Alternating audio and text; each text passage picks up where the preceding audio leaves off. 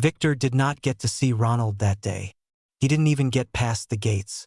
After 20 minutes of waiting, the scarred man simply informed him that Ronald had no interest in speaking with him. Then the gates closed. In his face, Victor left furious. Inside the mansion, Lionel finally managed to breathe again. But the fear remained, because if Victor had found him once, he could find him again. That evening, Ronald returned home. The first thing he noticed was Lionel sitting quietly in the living room. The second thing he noticed was the fear in the boy's eyes. What happened? Lionel hesitated, then told him everything. Victor's visit, the panic, the shattered vase, the fear. Ronald listened silently. When Lionel finished, Ronald simply nodded. Good. Lionel blinked. Good.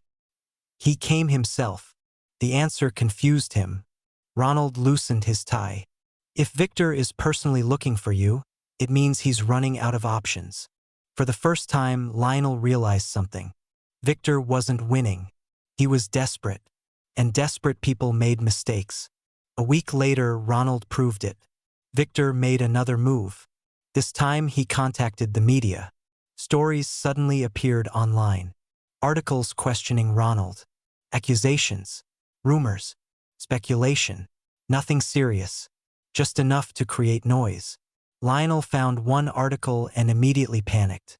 Ronald glanced at it once, then handed it back. Trash. That was it. No concern. No worry. Nothing. 3 days later, every article disappeared. Every single one. As if they had never existed.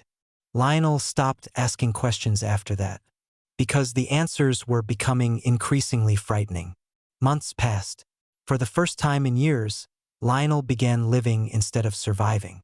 He laughed more, smiled more, slept through the night. The nightmares slowly became less frequent. He spent afternoons in the library, helped Martha in the kitchen, annoyed Ronald by stealing desserts before dinner, a habit Ronald secretly encouraged. One evening, Ronald walked into his office and found Lionel asleep on the sofa. Half a book rested on his chest. His glasses sat crookedly on his nose. The sight made Ronald stop. For several seconds, he simply stared, then sighed, carefully lifted Lionel into his arms, and carried him upstairs. The next morning, Lionel nearly died from embarrassment. Ronald enjoyed every second of it. Unfortunately, peace never lasted forever. One rainy evening, Ronald received a file. A very interesting file. Inside were documents concerning Lionel's parents. Bank transfers, contracts, signatures, evidence. A lot of evidence. Far more than Ronald expected. The more he read, the colder his expression became. By midnight, he had made another decision. The Hart family would not recover from this. 3 days later, authorities launched an investigation. Then another. Then another. Journalists began asking questions. Neighbors began talking. Former friends started distancing themselves. The scandal spread quickly, faster than anyone expected, especially once the marriage contract became public. People were horrified. The headlines were brutal. Parents accused of selling son. Secret payment agreement exposed. Human trafficking investigation expands. The Hart family became national news. Lionel stared at the television in shock. His mother looked exhausted. His father looked terrified. For the first time in his life, they looked small, powerless, exactly how they had always made him feel. A few days later, they appeared at the mansion gates, begging, demanding, crying. Ronald allowed Lionel to decide. Do you want to see them? Lionel thought about it for a long time, then nodded. The meeting lasted less than 10 minutes. The moment his parents saw him, they started crying, apologizing, making excuses, claiming they loved him, claiming they had no choice, claiming they regretted everything. Lionel listened quietly. For once, he didn't cry. For once, he didn't tremble. When they finished, he simply stood and spoke. You sold me. Silence. His mother's face crumpled. His father's eyes lowered. You looked at me and chose money. Another silence. Then Lionel smiled sadly. You stopped being my parents a long time ago. And with that, he left. He never saw them again. The chapter of his life finally closed. But another one was about to begin. Victor's downfall was progressing beautifully. Too beautifully. That alone should have warned him something was wrong. The investigation hadn't stopped. Instead, it kept expanding. New evidence appeared every week. New witnesses. New accusations. New scandals. Entire sections of Victor's empire were beginning to crack. And the worst part? He couldn't find the source. Until one night, a private investigator finally handed him a report. Victor read it once, then twice, then a third time. His face slowly turned pale. No, the investigator shifted uncomfortably. Sir, no. Victor slammed the file shut. Because for the first time he understood. Ronald Devereux wasn't winning because he was richer. He wasn't winning because he was smarter. He was winning because he wasn't playing the same game. The information network, the reach, the influence, the fear. Everything pointed toward one horrifying truth. Ronald Devereux wasn't merely a businessman. He controlled the underworld. Victor finally understood why powerful people avoided Ronald. Why politicians never challenged him. Why enemies disappeared. And for the first time in years, Victor was afraid. Meanwhile, the man responsible was suffering from an entirely different problem. Lionel. Ronald stared at a report. Read the same sentence 5 times. Then threw the file aside. Useless. Because all he could think about was Lionel. It had become ridiculous. The boy smiled. Ronald's day improved. The boy laughed. Ronald wanted to buy him things. The boy cried. Ronald wanted to burn cities down. The situation was becoming increasingly dangerous, especially because Lionel had no idea, and Ronald wasn't sure he trusted himself anymore. Some days he wanted to pull the boy into his arms. Some days he wanted to kiss him. Some days he wanted to lock every door in the mansion and never let him leave, which was exactly why Ronald started avoiding him, a decision he immediately regretted, but continued anyway, for Lionel's sake. At least that's what he told himself. Instead of breakfast together, Ronald left early. Instead of dinner, he came home late. Instead of spending evenings with Lionel, he buried himself in work. The only thing that never changed was the care. New books still appeared. Favorite desserts still arrived. The mansion staff still treated Lionel like royalty. Anything Lionel wanted was immediately provided. But Ronald himself? Gone. Always busy. Always working. Always unavailable. At first Lionel didn't think much of it. Then days became weeks. And weeks became a month.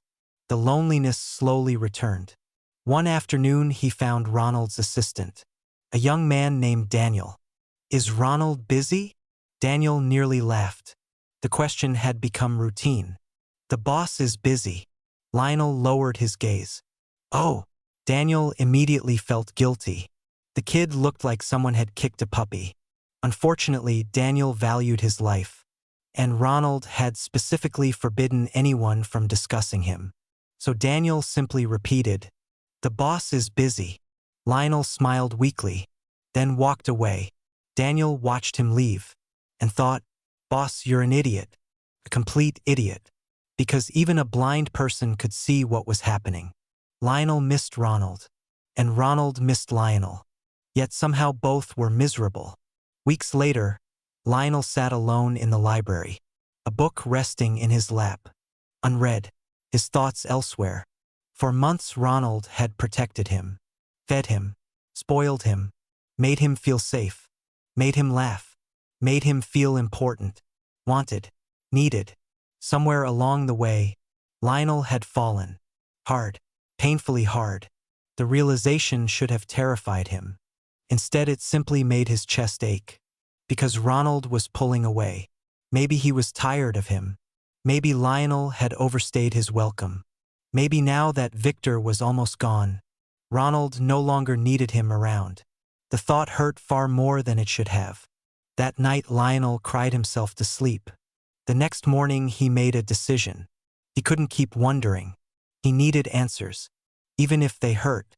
Hours later, Lionel stood outside Ronald's study, his hands trembling, his heart racing. Then he knocked. Inside, Ronald was reviewing reports. "Come in." The door opened. Ronald didn't look up. His attention remained on the paperwork. "Are you okay?" Silence. "Do you need something?" Still silence. Ronald frowned. Something felt wrong. Then he heard it. A sniff. His entire body froze. Another sniff. Slowly, very slowly, Ronald looked up, and his world nearly stopped. Lionel stood in the doorway, pale, eyes red, lips trembling, tears streaming endlessly down his face. For half a second Ronald simply stared. Then panic hit. Pure panic. The chair nearly crashed into the floor as he shot to his feet. What happened? No response. Ronald crossed the room in seconds, his heart pounding. Did someone hurt you? The tears only increased. Ronald's stomach dropped. If someone had touched Lionel. Lionel's voice shattered. The sound alone nearly broke Ronald. "I am sorry." Ronald froze. "Sorry? What?" Lionel wiped at his face. Failed. More tears followed. "I'm sorry if I did something wrong." The words hit like a punch. Ronald stared, unable to process them. Lionel continued speaking through trembling breaths. "I know you've been busy." Another tear. "And I know you've done so much for me." Another. "But..." His voice cracked completely. The next words almost destroyed Ronald. "Please don't send me away." Silence. Absolute silence. Ronald felt sick. Genuinely sick. Because suddenly everything made sense. The distance.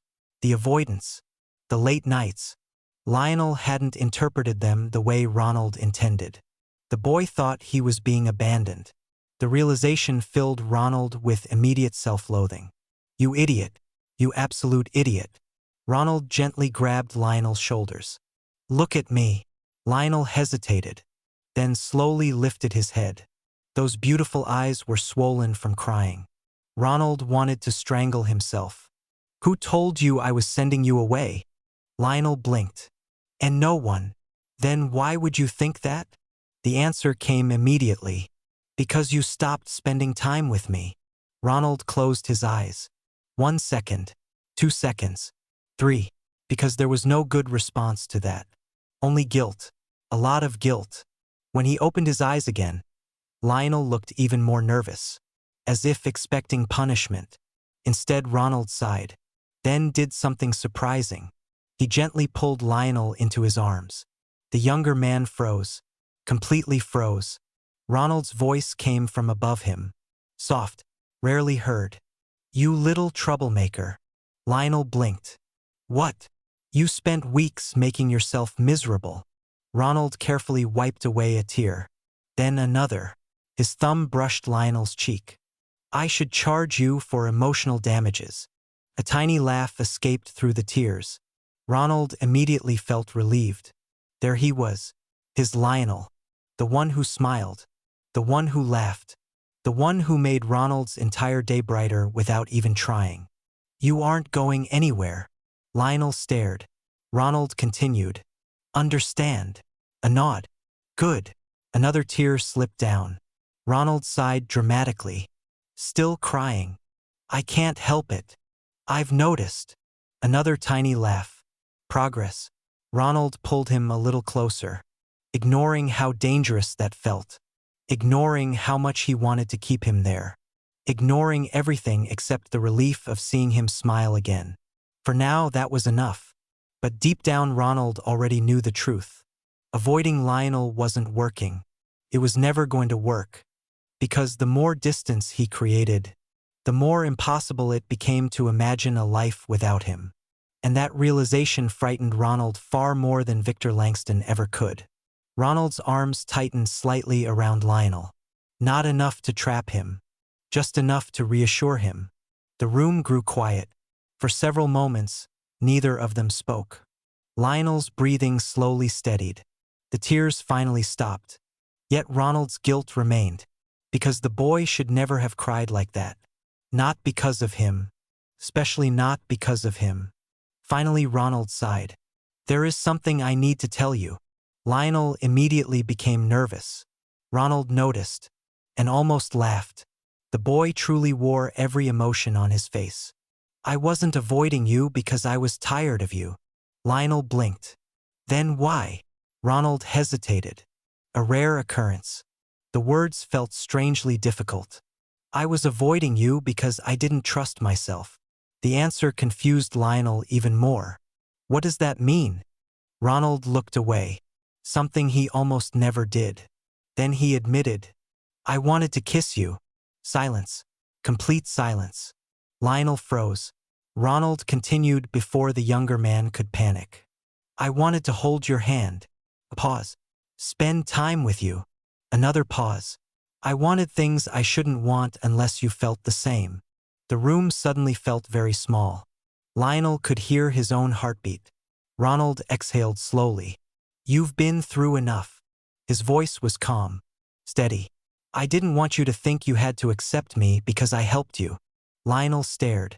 The words hit him harder than any confession. Because Ronald had never once tried to pressure him. Not once. Even now. Even after everything. Ronald was putting Lionel's feelings first. I wanted you to choose freely. The older man finally met his eyes. And if you didn't feel the same, a faint smile appeared. I would have dealt with it. Lionel immediately knew that was a lie. Ronald would not have dealt with it well. At all. The realization made a laugh escape him. A watery laugh. Ronald looked relieved to hear it. Then Lionel did something brave. Very brave. He stepped closer. Close enough that Ronald stopped breathing. I thought you stopped liking me. Ronald stared. The very idea was absurd. Impossible. Ridiculous. How could he stop loving sunshine? How could he stop breathing? That was how impossible it felt. Before he could respond, Lionel whispered, I like you too. Ronald froze. For the second time that day. Lionel's face immediately turned red. Then redder. Then somehow even redder. I mean, the words stumbled out. I really like you. Another pause. Then softly, I think I fell in love with you. Ronald's heart stopped. Started again. Then promptly forgot how to function.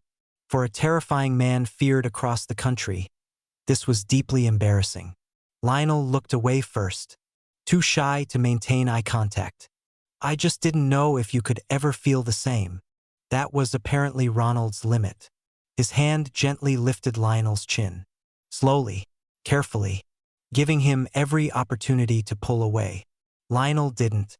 The kiss was soft, brief, gentle, nothing rushed, nothing demanding. Just two people finally admitting what had been obvious for months.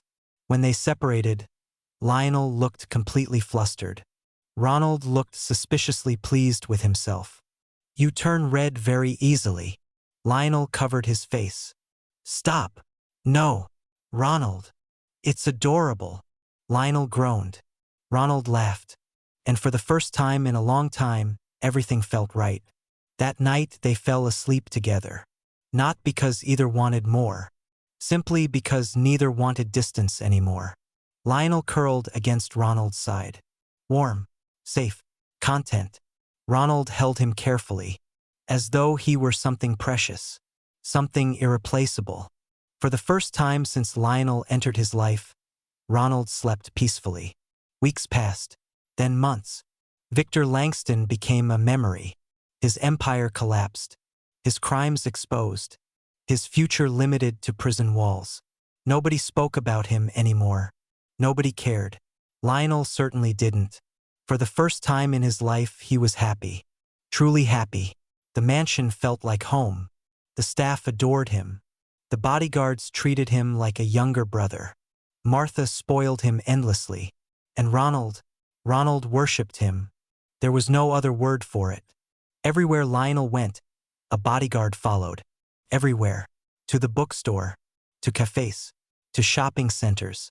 To charity events. At first Lionel complained. Then one day Ronald calmly informed him that worrying was bad for his health, and therefore security was staying. The argument ended there, mostly because Lionel laughed too hard to continue. The relationship settled into something warm, comfortable, easy. Lionel laughed often, blushed constantly, and Ronald never missed an opportunity to tease him. Not one. "You are impossible. You love me. Unfortunately. Ronald." You walked into that one. Their happiness became so natural that Lionel almost forgot what loneliness felt like. Almost. Then exactly 2 months after they started dating, Ronald ruined everyone's peace, including his own. It happened during dinner. One ordinary evening. One ordinary meal. One ordinary conversation. Ronald reached into his pocket, placed a small velvet box on the table, and immediately regretted every life choice that had led him to this moment. Lionel blinked, then blinked again. The room went silent. Even the staff froze. Ronald cleared his throat. A man who had negotiated with criminals and politicians without fear, yet somehow looked uncomfortable now. "Before you say anything," Lionel's eyes widened. "I know this is fast." Another pause. "I also know I'm probably insane." The staff silently agreed. Ronald ignored them, then looked directly at Lionel, his expression softer than anyone else ever saw. "I spent years building businesses." A small smile. "I spent years building an empire." Another pause. "But you're the first thing I've ever been afraid of losing." The room became silent again, completely silent. Then Ronald opened the box and asked the question that would change both their lives forever. "Lionel Hart." His voice was steady, certain. "Will you marry me?" For several seconds after Ronald proposed, Lionel simply stared. The ring sparkled beneath the dining room lights. The entire mansion seemed to be holding its breath. Ronald looked calm. Only Lionel could tell he was nervous. Very nervous, which was honestly adorable. A laugh escaped Lionel before he could stop it. Then tears followed. Ronald immediately sighed. "You're crying again." Lionel nodded. "I know. Should I be concerned?" That only made him laugh harder. The tears kept falling. Happy tears this time. The best kind. Finally, Lionel looked at the man he loved. The man who had saved him, protected him, respected him, loved him, and chosen him every single day. "Yes." Ronald blinked. Lionel smiled. "Yes, I'll marry you." The mansion exploded. Staff cheered. Bodyguards clapped. Martha cried louder than everyone. And Ronald looked relieved enough to sit down, which immediately became everyone's favorite memory. The feared Ronald Devereux, defeated by a marriage proposal. The wedding preparations began immediately. To absolutely nobody's surprise, Ronald tried to buy everything. Every venue, every designer, every flower arrangement, every luxury service available. Lionel eventually had to intervene. "You don't need to buy the entire city." Ronald looked genuinely confused. "Why not?" The wedding itself was beautiful, elegant, warm, perfect. Not because it was expensive, because everyone present genuinely loved them. The staff attended. The bodyguards attended. Even Daniel cried during the vows, though he denied it afterward. When Lionel walked down the aisle, Ronald forgot how to breathe. The entire room disappeared. The guests disappeared. The music disappeared. Everything disappeared except Lionel. Ronald had built an empire. Yet somehow this man remained the greatest thing in his life. By the time they exchanged rings, there wasn't a single person present who doubted they belonged together. Years from now, people would still talk about that wedding. Not because of the luxury, but because of the way Ronald looked at Lionel, as though he had been handed the entire world. That night, they returned home as husbands. Neither rushed anything. Neither felt pressured. There was no obligation, no expectations. Just two people who loved each other and were finally ready to move forward together.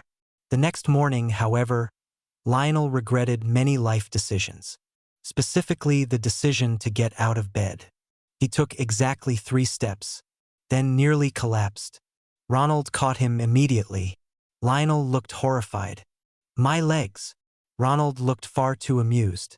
"My entire body hurts." The amusement increased. "Ronald. You broke me." Ronald actually laughed. A rare sound. A dangerous sound. Because once Ronald started laughing, he couldn't stop. Lionel stared in betrayal. "You're supposed to feel guilty." "I do." "You don't." "I absolutely don't." Lionel gasped. Ronald simply picked him up, ignoring the protests, ignoring the embarrassment, and carried him downstairs. The staff immediately noticed. Lionel wanted the floor to swallow him. Martha smiled knowingly. Daniel looked away. The bodyguards suddenly found the walls fascinating. Ronald sat Lionel in his chair, completely shameless. Lionel buried his face in his hands. "I hate all of you." "No, you don't." "No, but I should." Ronald kissed his forehead. "I'll massage your shoulders later." Lionel immediately forgave him. Marriage suited them surprisingly well. Days became weeks. Weeks became months. Life settled into something warm, comfortable, happy. For perhaps the first time in his life, Lionel was truly glowing. The fear was gone. The sadness was gone. The uncertainty was gone. He had a home, family, a future, and Ronald spoiled him relentlessly. 3 weeks into their marriage, Lionel began feeling strange. A little dizzy, a little nauseous, a little tired. At first he ignored it. Then Ronald noticed, which was unfortunate, because Ronald noticed everything. "You should see a doctor." "I'm fine." "You nearly walked into a wall." "I was distracted." "You were staring directly at the wall." Lionel had no defense for that. Still, he refused. It wasn't serious. Probably. Then one morning everything changed. Breakfast had barely started. Ronald was reading reports. Lionel was drinking juice. Then suddenly the room spun. The glass slipped from his fingers, and darkness swallowed him. Ronald moved before anyone else. His chair crashed backward. Strong arms caught Lionel before his head struck the table. The room erupted into chaos. "Lionel!" No response. Panic exploded through Ronald. Real panic. The kind that couldn't be hidden. "Call the doctor." The command shook the entire room. The mansion immediately went into lockdown. Nobody entered. Nobody left. Ronald was convinced something terrible had happened. Poison. Food contamination. An attack. His imagination became increasingly unreasonable. By the time the doctor arrived, Ronald was prepared to interrogate everyone. The examination lasted forever. At least it felt that way. Finally, the doctor emerged. His expression looked strange. Confused. Amused. Concerned. All at once. Ronald stood instantly. "Well?" The doctor blinked. Then smiled. "Congratulations." Silence. Ronald frowned. "What?" "Your husband is pregnant." The silence somehow became louder. The doctor continued. "It's extremely rare." Another pause. "But not impossible." Ronald sat down. Immediately, his legs had apparently resigned. The doctor kept talking. Something about biology. Something about rarity. Something about monitoring. Ronald heard none of it. Pregnant. Lionel was pregnant. Hours later, Lionel slowly woke. The first thing he saw was Ronald. Still there. Still holding his hand. Relief flooded Ronald's face. Then worry returned. Then relief again. Then worry. Lionel smiled weakly. "You found out." Ronald nodded. A long silence followed. Then Ronald quietly asked, "Why didn't you tell me?" The smile disappeared. Lionel looked away. His fingers tightened around the blanket. "I was scared." The answer broke Ronald's heart. "Scared of what?" Lionel hesitated, then whispered, "What if you saw me differently?" Ronald froze. "What?" "My parents hated me because of it." The old pain remained. Even now, They always said I wasn't normal. His voice became smaller. What if you thought the same? For several seconds Ronald couldn't speak. Because suddenly he understood. Even after everything, even after all this time, part of Lionel still feared being abandoned. Ronald gently lifted their joined hands, then pressed a kiss against his knuckles. I loved you before I knew. Lionel's eyes immediately filled with tears. Ronald smiled softly. I love you now. Another kiss. And I'm going to love you tomorrow. Another. And the day after that. By this point Lionel was crying again. Happy tears. Ronald's favorite kind. You really are impossible. Lionel laughed through the tears. Then Ronald placed a hand against his stomach. Carefully, reverently, as though protecting something precious. Something miraculous. Something theirs. The smile that appeared on his face was unlike anything Lionel had ever seen. Pride, wonder, happiness, love, all at once. And from that moment onward, Ronald became unbearable. Entire truckloads of baby supplies appeared. Plural, truckloads. Not truck, truckloads. Cribs, clothes, toys, books, blankets, furniture, more. Epilogue. A beautiful Tuesday morning. By the 9th month, Ronald Devereux had become completely unreasonable. Not that anyone was brave enough to tell him. Lionel's baby bump had grown beautifully. And heavily, very heavily. Walking had become difficult. His ankles were swollen. His legs ached. His cheeks had become adorably round. And the baby seemed determined to practice martial arts at the worst possible hours. Lionel would be peacefully resting one moment, then suddenly gasp. Ouch! Ronald immediately looked up from whatever he was doing. What happened? The baby kicked. A frown. Again. Another kick. Lionel groaned. Ronald placed a gentle hand against the bump. Young man. His voice became serious. Be nice to your father. The baby kicked again. Harder. Lionel burst into laughter. Ronald looked betrayed. The baby clearly wasn't listening. As the due date approached, Ronald canceled everything. Every business trip. Every conference. Every meeting that wasn't absolutely necessary. People panicked. Shareholders panicked. Executives panicked. Ronald didn't care. His place was here. At home. Near Lionel. Near their child. The entire mansion adjusted accordingly. If Lionel wanted fruit at midnight, fruit appeared. If Lionel wanted ice cream, someone immediately left to get it. If Lionel wanted a foot massage, Ronald was already on his knees before the request was finished. One evening Lionel found Ronald sitting beside him, carefully rubbing his swollen feet. The sight made him smile. You know. Ronald looked up. What? The great Ronald Devereux would terrify people if they saw this. Ronald continued massaging. They're welcome to be terrified. Lionel laughed, then reached over and brushed a hand through Ronald's hair. The older man's expression softened instantly, a sight reserved only for Lionel. And now, for their son, because the baby could arrive at any moment. The anticipation made the entire mansion nervous, especially Ronald. He hid it well, most of the time. Then came Tuesday. A beautiful Tuesday morning. The sky was clear. The weather was perfect. And Lionel woke up with a contraction. Everything after that became chaos. The hospital was ready. Doctors were ready. Nurses were ready. Everyone was ready. Except Ronald. Because suddenly the fearless Mafia boss looked like he might pass out. Hours later he paced the hospital hallway. Again. And again. And again.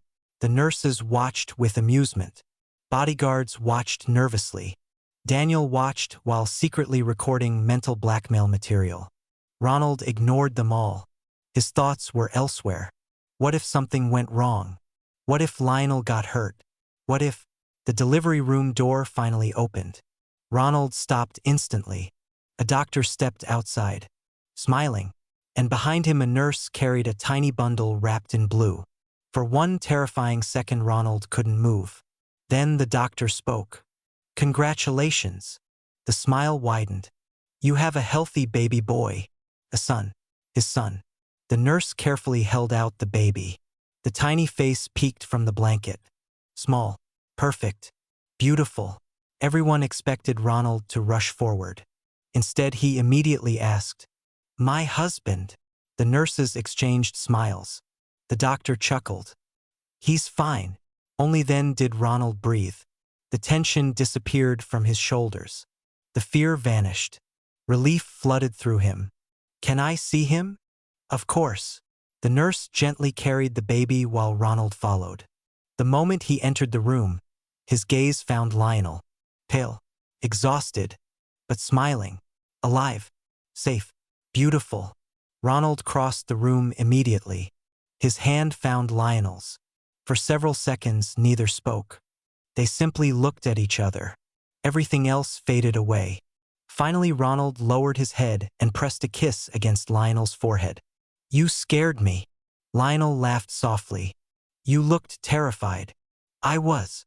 The honesty surprised nobody, not even Ronald. Lionel squeezed his hand. "I'm okay." Ronald nodded, then nodded again, as though convincing himself. Only after several moments did he finally look toward the nurse. The tiny bundle was carefully placed into his arms. And suddenly Ronald Devereux looked more nervous than he had during any business negotiation. Ever. The baby was so small, so fragile. His large hands seemed ridiculous in comparison. Lionel immediately noticed and laughed. The mighty Ronald Devereux, king of the underworld, feared by criminals, feared by politicians, feared by entire organizations, terrified of dropping a 6-pound baby. "You look scared." Ronald shot him a look. "I am scared." That only made Lionel laugh harder. The baby yawned. A tiny sound, tiny movement, and Ronald's entire heart surrendered. Just like that. Gone. Completely gone. The room filled with warmth, with laughter, with happiness. The kind of happiness Lionel once thought people only found in stories. Yet here it was. Real. His husband beside him. His son in Ronald's arms. A future stretching endlessly ahead. The boy who once sat shivering outside a club with only $500 to his name had finally found everything. A home. A family. A place where he belonged. And Ronald? Ronald looked down at his husband and son. Then smiled. A genuine smile. Rare. Beautiful. One reserved only for them. From that day forward, their home remained exactly what it had always been meant to be. Warm. Loving. Complete. The end. Thank you for listening to this story. If you enjoyed it, don't forget to like, subscribe, and turn on the notification bell for more emotional romance stories, heartwarming family journeys, and unforgettable happy endings. See you in the next story. Red Heart.